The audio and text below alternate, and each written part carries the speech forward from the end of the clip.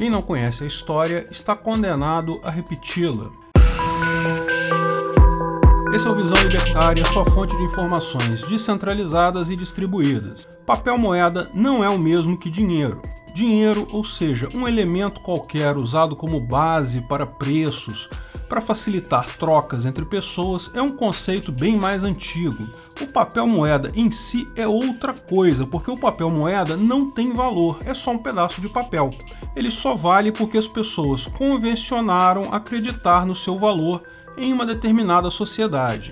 Esse conceito, porém, é tão natural que já foi inventado de forma independente por mais de uma sociedade em épocas diferentes. Mas o registro do primeiro papel moeda que conhecemos hoje foi na China, na dinastia Tang, no século VII. O padrão da China, na época, tal como em boa parte do mundo, eram as moedas que tinham valor, porque eram feitas de metais preciosos, ouro, prata ou, no caso da China, cobre. As moedas tinham um valor em si, portanto não era um valor simbólico, mas isso funcionava muito bem para facilitar trocas e comércio, era o dinheiro em si. Tal como aconteceu nas outras vezes que o papel moeda foi inventado em outras sociedades, é que carregar muitas moedas para fazer negócio é algo complicado. Andar com poucas moedas é tranquilo e funciona muito bem. Mas grandes comerciantes precisam andar com grande quantidade de moeda e isso é ruim. Primeiro, é pesado, é difícil de carregar. Depois é arriscado, não tem muito como esconder que você está andando com um bocado de dinheiro e isso te torna um alvo para um assalto. Principalmente ao fazer negócio em locais distantes. Surgiu rapidamente a ideia de uma empresa que armazena suas moedas com segurança e te dá um papelzinho dizendo que você tem X moedas guardadas. Agora você pode trocar esse papel pelas moedas sempre que quiser. Pode usar este papel, uma promissória, para fazer negócios com muita facilidade. A pessoa que pegar o papel de você pode ir lá na empresa e substituir pelas moedas. Surge o papel moeda, em que o papel em si não tem valor, mas pode ser trocado pela moeda que tem valor lá no banco. A história é sempre a mesma. Também aconteceu assim com os bancos medievais criados na Europa, outra situação em que o papel moeda também foi criado. No caso da China, esse papel foi rapidamente encampado pelos governantes da dinastia Tang como uma atividade do governo. Você deposita suas moedas lá com o governo, que tem uma segurança grande, e recebe papéis moedas para fazer negócio, e se alguém precisar das moedas de fato, é só levar o papel lá no governo e trocar pela moeda. Isso virou padrão em toda a China nesse período e funcionou muito bem. Isso facilitava os negócios e trouxe muita prosperidade. O próprio governo, quando precisava de dinheiro, colocava moedas novas no seu cofre e gerava papel moeda para comprar as coisas, pagando mercenários, salários de funcionários, obras e por aí vai. Porém, alguns séculos depois, já na dinastia Song, aconteceu um problema. Houve falta de cobre. As minas de cobre da China não conseguiam mais produzir cobre em velocidade o suficiente para o que o governo precisava. Então resolveram fazer uma experiência. Os técnicos do governo perceberam que a população estava tão acostumada a usar as notas de papel que muito raramente alguém vinha de fato trocar elas por moeda. Ficava aquela quantidade enorme de moedas lá paradas no cofre do governo e o governo precisando de dinheiro. Resolveram fazer um teste. O governo chinês continuou imprimindo o papel moeda conforme sua necessidade, mas sem colocar a quantidade de moedas de cobre correspondentes na sua reserva. Descobriram, maravilhados, que o experimento funcionou muito bem. Como muito pouca gente de fato exigia a troca do papel moeda por moeda, eles podiam fazer aquilo indefinidamente. Isso trouxe muita prosperidade para o país, mas principalmente para o governo, que agora podia pagar um exército numeroso, fazer grandes obras praticamente sem limite. Eles criaram então a moeda Fiat, a moeda que não tem lastro em nada, apenas na confiança do público no próprio governo. E funcionou por algum tempo, até que no século XIII Gengis Khan aconteceu. Gengis Khan foi um grande guerreiro mongol que conseguiu unir as diversas tribos da Mongólia e formou um exército que era praticamente imbatível na época. Não apenas conquistou toda a Ásia, Oriente Médio, chegou a bater nas portas da Europa, mas também conquistou a China. Os mongóis passaram a governar a China no que ficou conhecido como Dinastia Yuan. rapidamente entenderam o conceito do dinheiro impresso à vontade, inventado pela dinastia anterior, e continuaram usando aquilo. Mas ao contrário dos chineses, que imprimiam algum dinheiro para manutenção do Estado, a dinastia Yuan passou a financiar toda a sua máquina de guerra e conquista dessa forma. Não imprimiam mais de forma meio envergonhada, passaram a adotar em sua plenitude a teoria monetária moderna, que é tão moderna, mas tão moderna que a sua essência já existia no século XIII. Por alguns anos a coisa ainda funcionou, e isso é uma lição importante. Em todos os eventos de impressão desenfreada de moeda, o efeito não é imediato. Finalmente, os primeiros anos do século XIV, o problema de fato começou. A inflação bateu 80% ao ano na China, empobrecendo a população que não queria mais usar o dinheiro do Estado. Em desespero, o governo tentou resolver o problema imprimindo mais dinheiro ainda, para reforçar a sua segurança, o que só piorou o problema, lógico. No final, em meados do século XIV, as revoltas internas e brigas levaram ao fim da dinastia Yuan e deram origem à dinastia Ming. Mais trágico que a queda de um governo foram os anos e anos que a população foi reduzida à miséria completa devido à impressão desenfreada de moeda pelo governo. Apenas quando a população se revoltou e derrubou o governo que a coisa parou. Infelizmente, a dinastia seguinte, embora tenha maneirado um pouco na sede de imprimir dinheiro, não deixou de usar o mesmo truque.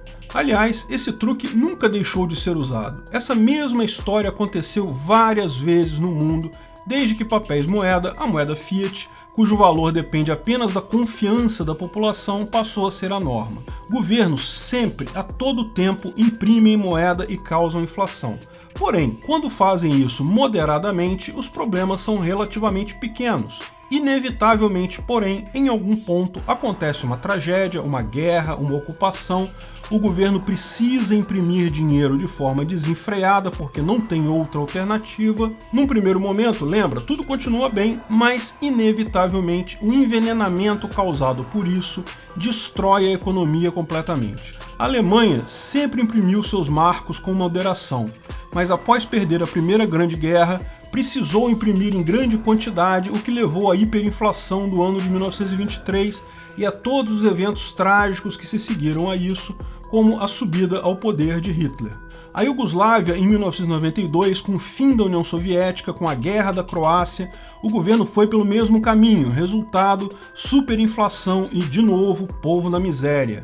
O Zimbábue, de 2007, após a Guerra Civil, o governo se viu na obrigação de imprimir dinheiro loucamente para financiar o fim da Guerra Civil, hiperinflação e pobreza da população foi o que se viu na prática. E não vamos esquecer do Brasil na década de 80, com o governo imprimindo dinheiro para o plano desenvolvimentista dos militares e a completa corrupção dos governos civis que se seguiram.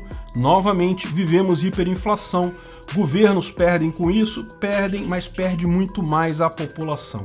Todas as vezes acontece a exata mesma coisa. O governo pode cair ou não, mas a população passa por um trágico empobrecimento. E agora, em 2020, praticamente todos os países do mundo estão imprimindo dinheiro loucamente por conta da crise da pandemia do Covid-19. Não é preciso ser nenhum gênio para saber o que vem a seguir.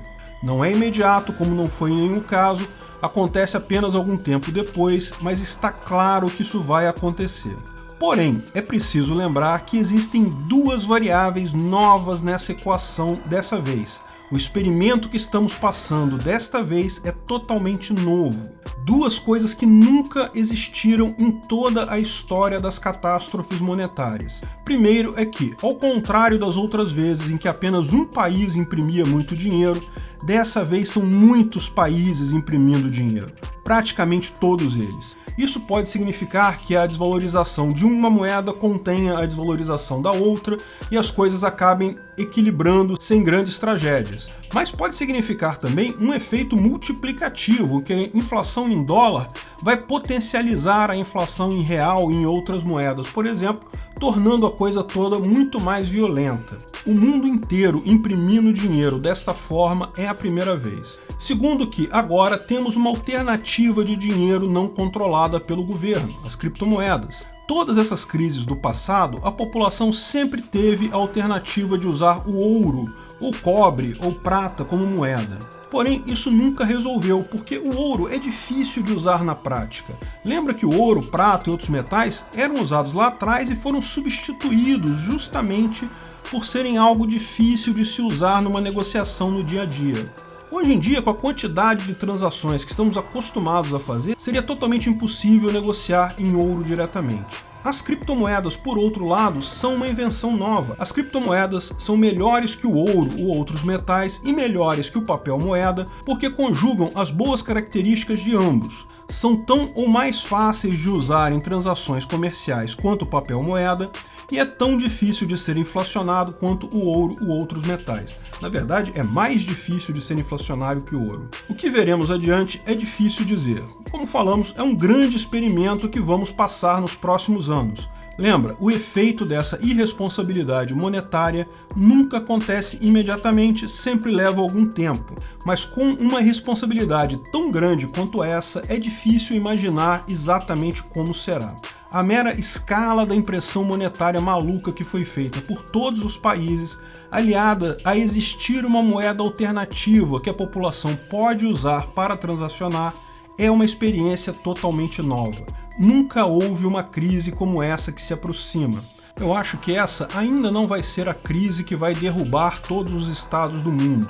Para isso, seria necessário que uma fração maior da população já estivesse usando criptomoedas. Portanto, essa vai ser a penúltima crise do Estado.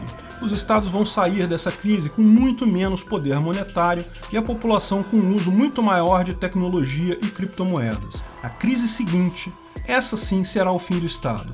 Apertem seus cintos, lá vamos nós. Obrigado por sua audiência.